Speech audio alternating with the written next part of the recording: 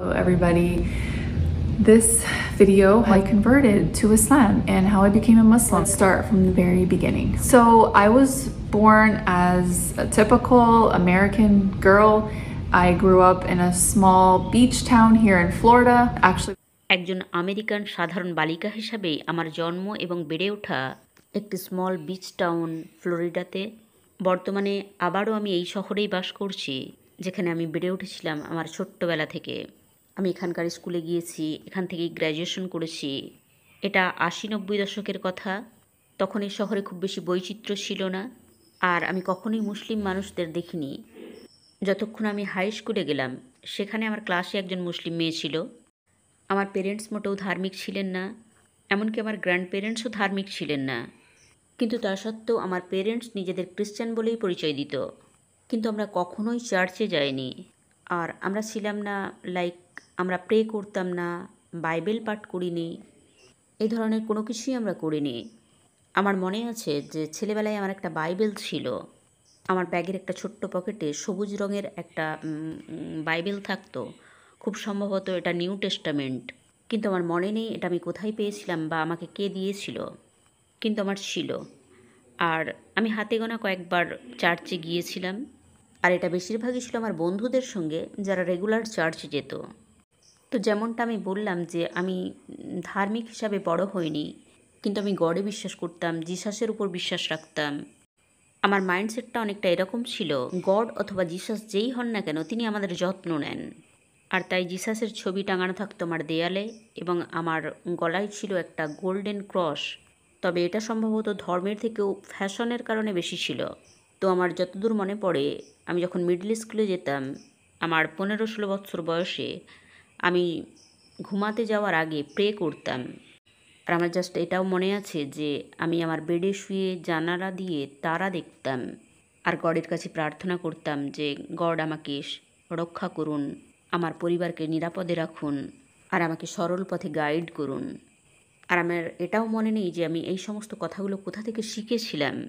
শুধুমাত্র আমার এই কথা মনে আছে যে এটা আমি অন্তর থেকে বলতাম। কারণ সাধারণ আমেরিকান মেয়েদের মতো কখনোই আমি চার্চে যাইনি, কখনো কোনো রকম প্রার্থনা করিনি। আর তারপর আমি চলে এসেছিলাম অরল্যান্ডোতে।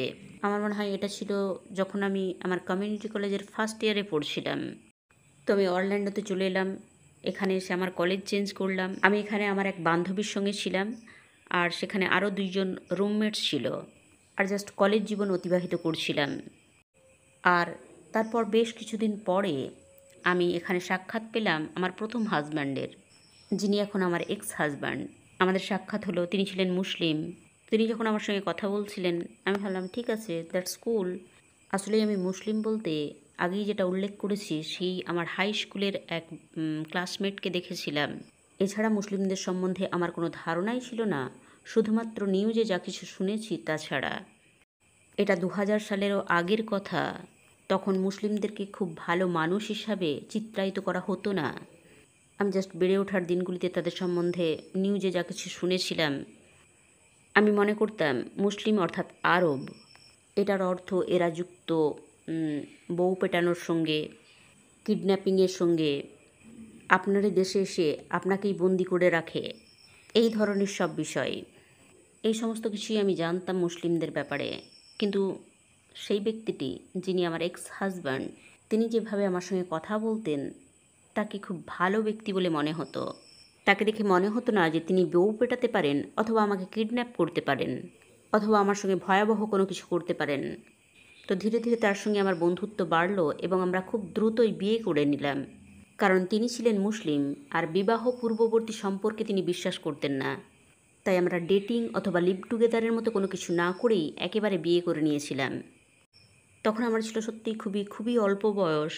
তাই আমার বৈবাহিক জীবন এবং পরবর্তীতে আমার ডিভোর্স, এই সমস্ত বিষয় নিয়ে আমি কথা বলতে চাইছি না, কারণ আমার বাচ্চারা এই ভিডিওটা দেখবে। তাই কিছু বিষয়কে আমি এখানে স্কিপ করছি। বেসিক্যালি আমি খুব অল্প বয়সেই বিয়ে করে নিয়েছিলাম। যাই হোক, আমাদের বিয়ের কয়েক বছর পর আমার এক্স হাজব্যান্ড মাঝে মাঝেই ধর্ম নিয়ে কথা বলতেন, খুব সাধারণভাবেই।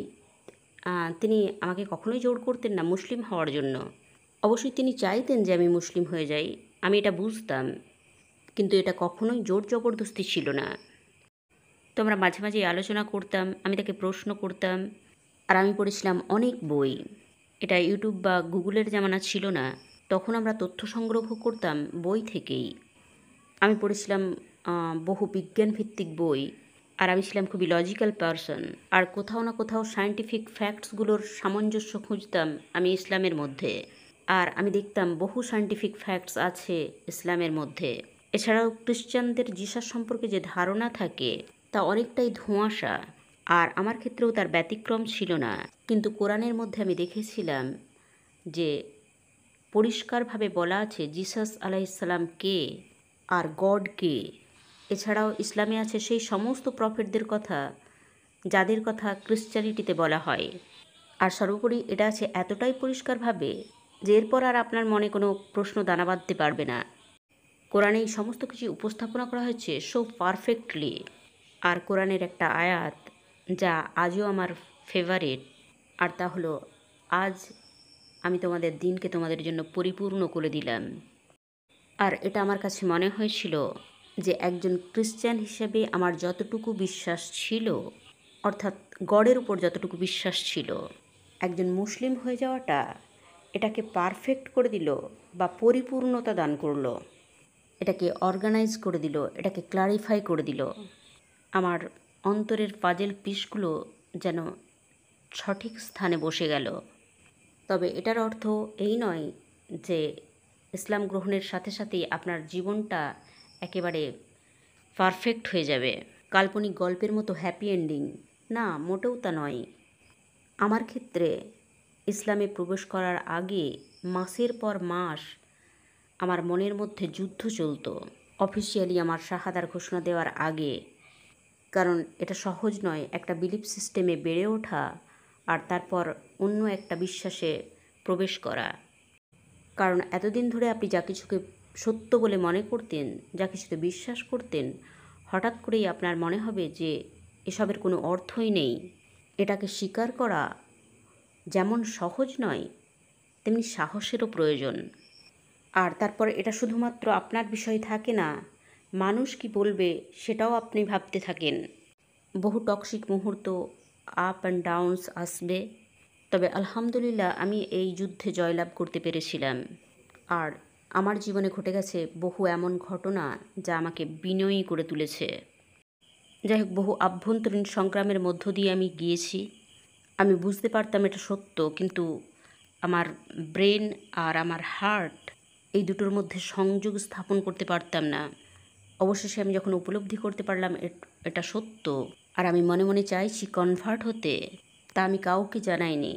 শুধু আমি আমার পড়াশোনা চালিয়ে যাচ্ছিলাম। আর এভাবেই জীবন এগিয়ে যাচ্ছিল। আর তারপর একদিন আমি শুনলাম যে একজন ফর্মার প্যাস্টর, যিনি এখন একজন মুসলিম, তিনি অরল্যান্ডোতে এসেছেন বক্তব্য রাখতে। তখনও পর্যন্ত আমার কোনো মুসলিম বন্ধু ছিল না, আর কোনো আমেরিকানকে জানতাম না যিনি মুসলিম। তাই এই মানুষটির কথা শুনে আমি খুবই আগ্রহী হয়ে উঠলাম। আমি আমার এক্স হাজব্যান্ডকে বললাম যে আমি সেখানে যেতে চাই আর তার বক্তব্য শুনতে চাই। আমি শুনতে চাই তিনি কি বলছেন। আর তাই আমরা গেলাম। আর তিনি মূলত যা কিছু বলছিলেন সেগুলো আমি আগেই জেনে গিয়েছিলাম। আমি অলরেডি মনে মনে জানতাম, আমার অন্তর থেকে তা মানতাম। আর তার বক্তব্যের শেষে তিনি বললেন, ঠিক আছে, এখানে এই অডিয়েন্সের মধ্যে কেউ কি আছে যে মুসলিম হতে চান? আর কোনো কিছু না ভেবেই আমি আমার হাত তুলে দিলাম। আর আমি ছাড়াও আরেকজন মহিলা হাত তুলেছিলেন। আর একজন ব্যক্তি যিনি বক্তৃতা রেকর্ড করছিলেন, আমাদের শাহাদার ঘোষণা দেওয়ার আগে সেই রেকর্ডারকে তিনি বললেন যে রেকর্ড বন্ধ করে দিন। আর একথায় আমি খুবই প্রভাবিত হয়েছিলাম যে তিনি সেই মুহূর্তেও আমাদের নিরাপত্তার কথা ভাবছিলেন। আর সেই ব্যক্তিটি হলেন ইউসুফ এস্টেট। তিনি একজন ইমাম। তারপর তিনি শাহাদার শব্দগুলো পাঠ করতে লাগলেন, আর তার পরে পরে আমি এবং সেই মহিলাটি পাঠ করলাম। মূলত আমরা যেটা বলেছিলাম, We believe that there's only one God and that the Prophet Muhammad sallallahu alaihi wasallam, peace be upon him, is the messenger of God. আর তৎক্ষণাৎ আমি মুসলিম হয়ে গেলাম। যদিও আমার কোনো নিয়ত ছিল না যে আমি সেখানে গিয়ে মুসলিম হব, এমনকি আমি জানতাম না যে আজকেই আমি মুসলিম হয়ে যাব।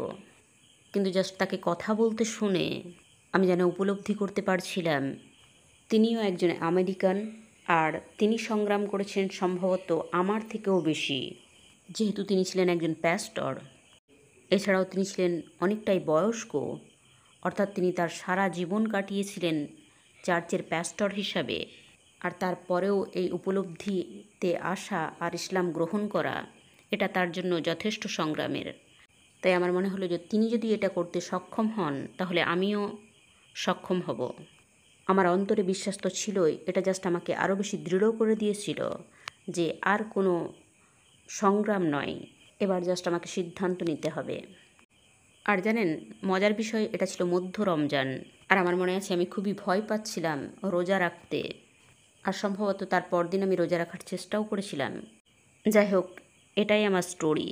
Yeah, so that's my story. That's how I became a Muslim. আমি একটু সময় নিয়েছিলাম আমার পেরেন্টসকে একথা জানাতে, বিশেষ করে আমার মমকে আর আমার গ্র্যান্ডপাকে।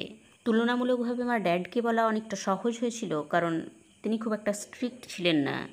কিন্তু আমার মম আর আমার গ্র্যান্ডপা, যেমনটা আমি শুরুতেই বলেছিলাম যে আমার গ্র্যান্ডপা ছিলেন একজন এথিয়েস্ট, আর তিনি ছিলেন এক প্রকার সমস্ত ধর্মেরই বিরুদ্ধে। তিনি বহু রিলিজিয়াস ট্রমার মধ্য দিয়ে গিয়েছিলেন, এ কারণেই তিনি সমস্ত ধর্মেরই বিরুদ্ধে ছিলেন। তাই তাকে যখন জানানোর সময় এলো, সেটা ছিল আমার জন্য কঠিন সময়।